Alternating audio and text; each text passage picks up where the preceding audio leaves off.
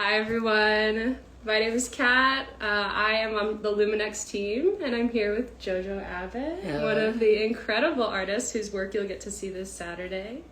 We're going to just chat for a few minutes. Please come on in, get settled, and learn more about JOJO ABOT's work as well as, things on her mind right now. Things on my mind right now, yes. Many things on my mind right now. Many things.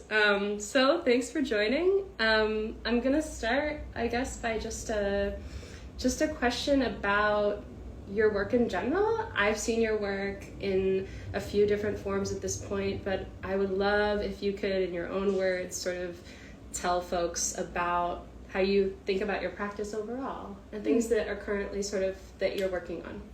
Yeah, big question. I believe I'm a being, a human spirit essence that is essentially engaging different mediums and disciplines to serve the purpose of collective healing and collective liberation.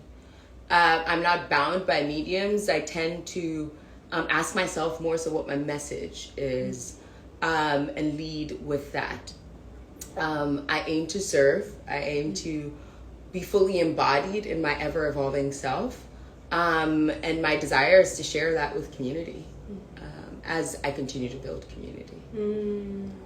And when you think about the way that moves through community, what space does video hold in that?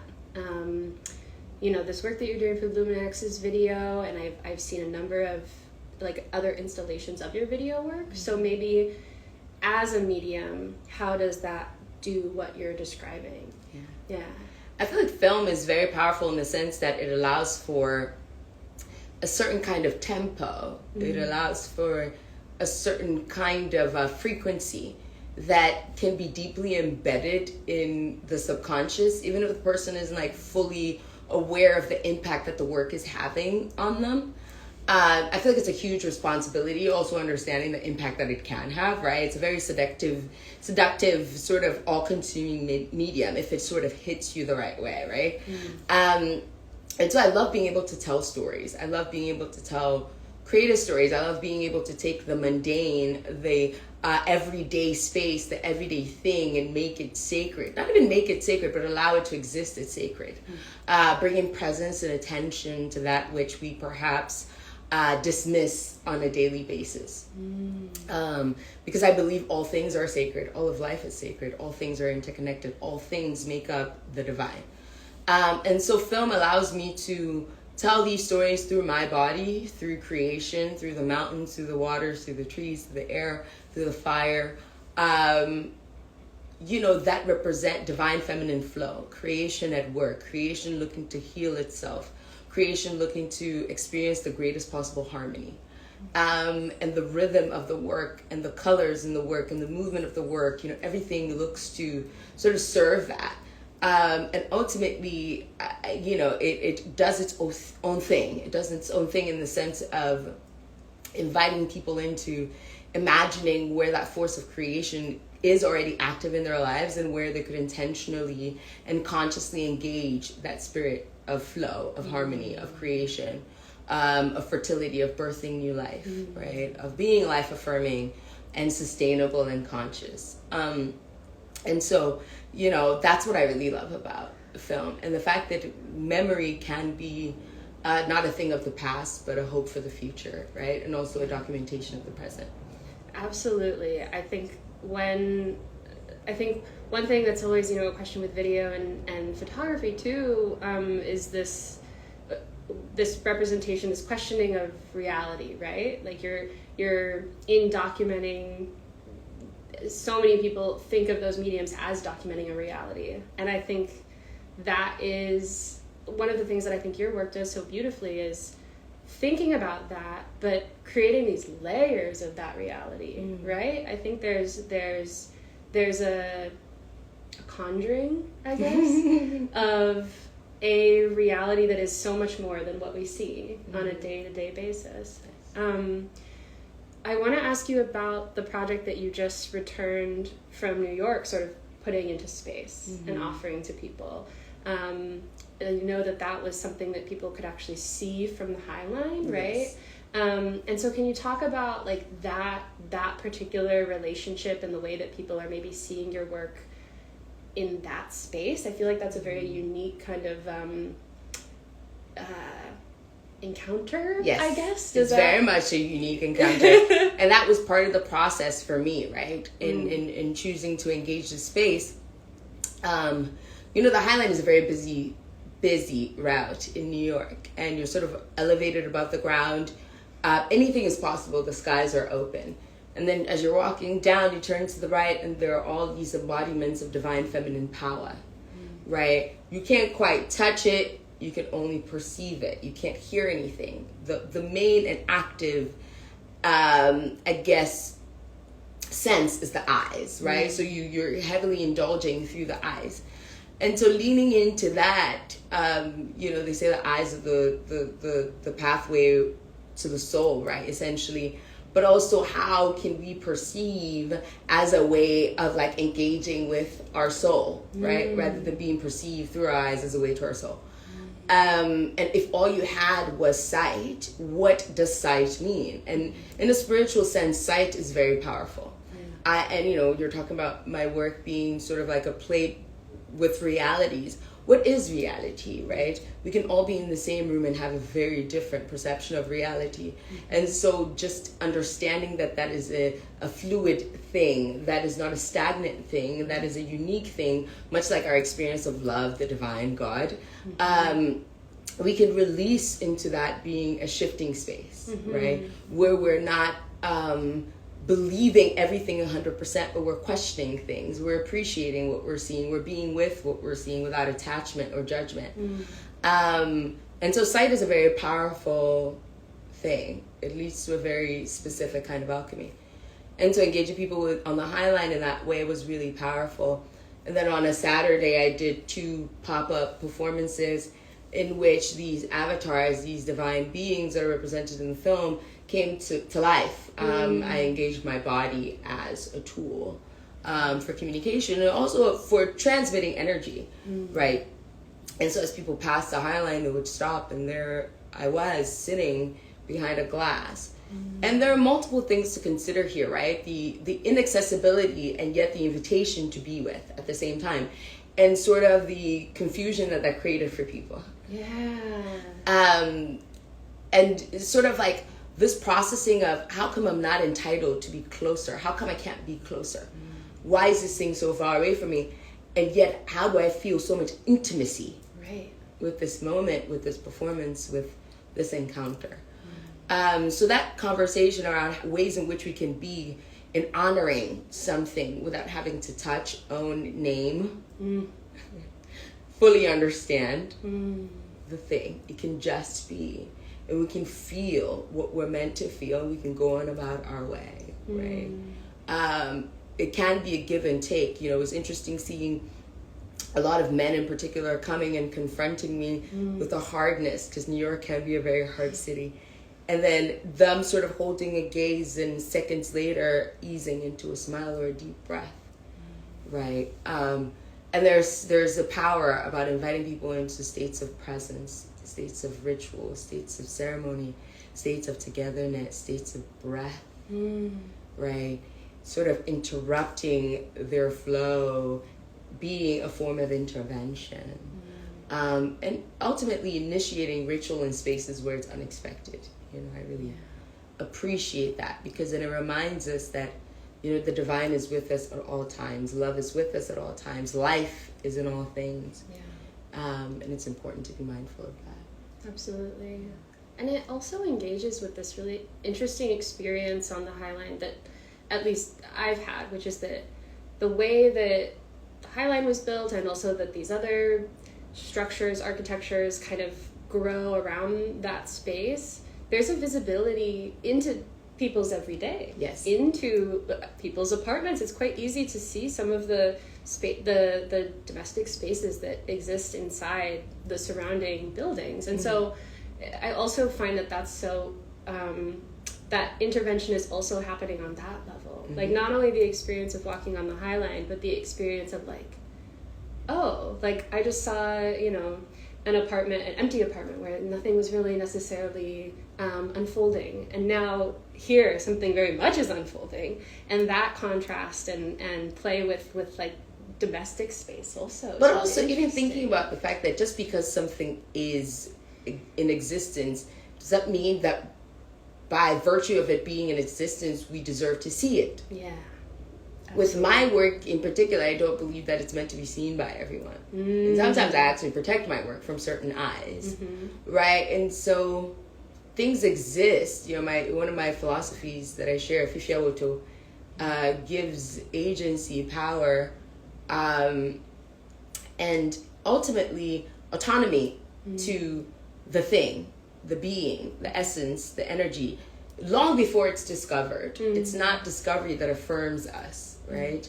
We are fully whole, whether seen or unseen. Yeah. Seen or unseen, we are full, we are whole, we are present, we're alive, we're here. You know, and so being able to respect and honor things for what they are, whether validated, seen, named, owned, affiliated, or not, I feel is like a fundamental thing that, you know, some parents try to teach us as kids, but as adults even we struggle with. This deep sense of honor and shared space, shared life, shared experience. How do we cultivate these habits, right? How do we engage these practices with deep love for ourselves and each other? You know, that becomes a question. Yeah, well, and this is such an important sort of space to be thinking about in this context of public art and with something like LUMINEX, because when we're thinking about the way that people will engage, and with LUMINEX, it's really right in front of you, right? It's there isn't that distance. And so I think bringing in and really thinking about what does respect look like in that space, what also does access look like in that space. So I want to talk a little bit about the installation for LUMINEX and what you sort of what are you thinking about with the audience? What is that relationship? What would you like to see, or what are you excited about in that space this Saturday? You know, I feel like land is very powerful. The land we stand on, the history of the land we stand on, the potency of all elements. You know, the city is very concrete. Downtown is very concrete. There's a lot of displacement. There's a lot of wailing. There's a lot of turmoil. There's a lot of sorrow. There's a lot of neglect, abandonment. There's a lot of dehumanization. And at the same time, there's so much wealth. There's an active economy. There are a lot of immigrants. There are people from all walks of life looking to survive and thrive in those spaces. And it can sometimes feel like a dystopian reality depending on what block you turn on. And so, you know, understanding that many people are sort of stuck in that space. Essentially, people live there, whether they're in apartments or on the street. How do we bring a sense of humanity, sacredness, and divinity into a space that is continuously being defiled, right? How does our perspective and our relationship to this space change? How do we inhabit this space with a prayer almost towards this space thriving? You know, some people are afraid of downtown. People don't feel safe downtown. We create that sense of safety one for the other, right? It's not some extended outside structure that, you know, says hi as it walks past you on the street. It's us being neighborly, us being in community with one another, us seeing each other, us sharing our food with one another, us not stepping over each other to get to the next thing, right? So that presence, that call to presence, that call to attention, that call to accountability, that call to exchange, that call to awareness is it. In anything I offer, in any perspective, any thought process for me, is how can I, in occupying this half a block, whatever radius of downtown LA, be open like a womb, because both streets on either side are open, which was powerful for me to engage in that space particularly.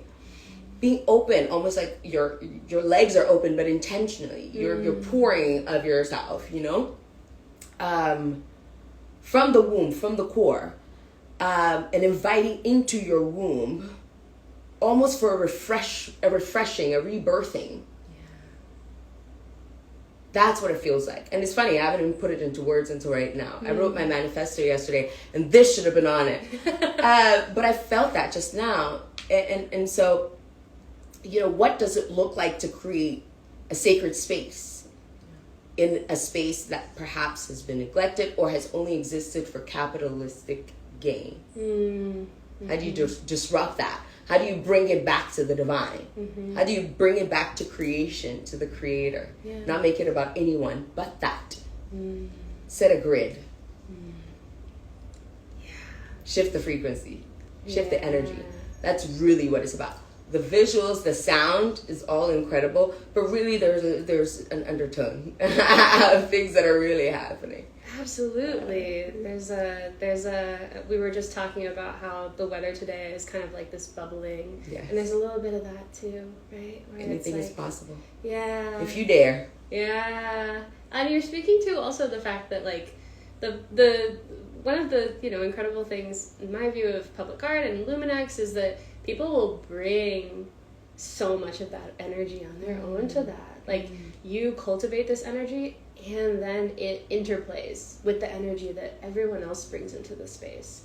I feel like that's, we're talking sort of about these two projects in which you're creating public art at different scales, at different, in different environments. But have you found it more recently, or public art has been more of an interest, or have you found that has been a through line over the course of your practice, that this has always been something that you've been working on? Yeah. Whether officially or unofficially, I've always engaged community.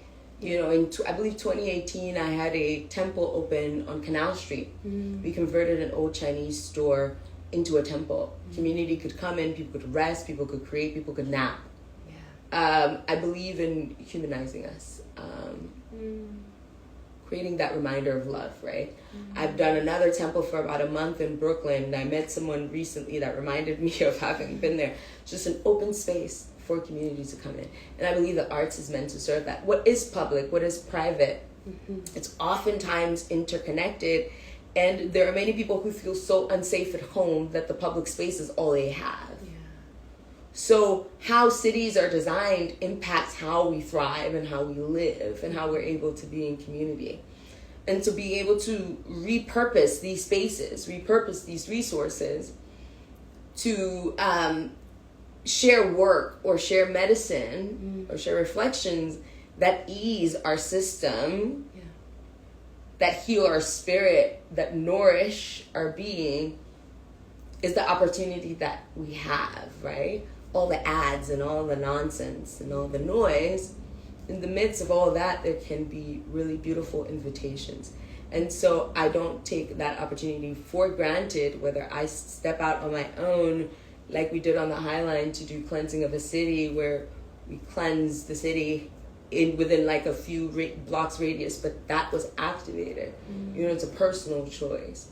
Or working with an institution, I feel like it's a responsibility, right? To charge the spaces that we're in and to pray over them and to call in love to the grid. Yeah, I think as you were speaking about that, and I was thinking about also the recent EP release party of yours that I went to. And maybe as a way to kind of close this conversation, I would love if you could talk a little bit about maybe that EP and also the relationship of that EP to this work for LUMINEX. Like, is there, like, people can go listen to the EP right now? Yes, right? they can. And sort of have this, almost like get in that space maybe as they think about coming to LUMINEX. So I'm wondering, if maybe you can speak Absolutely. It's online. It's called Remember. My name is JOJO ABOT. It's on all the streaming platforms. Please engage. It's a 30-minute journey. You can take it in chunks and bits if you want as well. remember is a call to remember who we are, to remember our power, our purpose, our passion, to live a life that is driven by something that is greater than us, so that we're accountable to something outside of our ego. Because that too is an ever-evolving, shifting space. Remember is an opportunity for us to gather with intention, to really hold space for ourselves and each other with as much grace as possible, knowing that in the times to come, we're going to need each other. We're going to need to be well, regardless of circumstance. We're going to need to be able to tap into an unconditional love, an unconditional peace, right? That is not situation based, because there'll be so much happening. How do we become grounded and rooted? So remember, is that invitation. Know your power. Know that you're held. Know that you have a calling. Know that everything can work out for your good. Know that the more you step into this space of full autonomy, full embodiment, fullness, without being afraid, without letting fear get in the way, to allow yourself to reap, to walk into the garden of your life and literally pick the fruit, because you've been daring enough to plant a seed. That's what remember is, the divine feminine spirit actively at work. And the divine feminine spirit is not void of the masculine. It's the harmony. It's the balance. And so how do we find that within ourselves? How do we share that with one another? That doesn't mean that that space is void of boundaries, because discernment is very important. Wisdom is essential. But also, while growing into that, how can we continue to occupy all of that? That is the fullness. That is the wholeness. Yeah. So remember, for us. Yes. Please listen to Remember. Please come and see JoJo Abbott's incredible work at LUMINEX this Saturday. It is going to be just brilliant. And I am so grateful that you made space for this conversation and held this space for me and for us and for everyone who is here virtually. We'll see you on Saturday. See you on Saturday. Last part.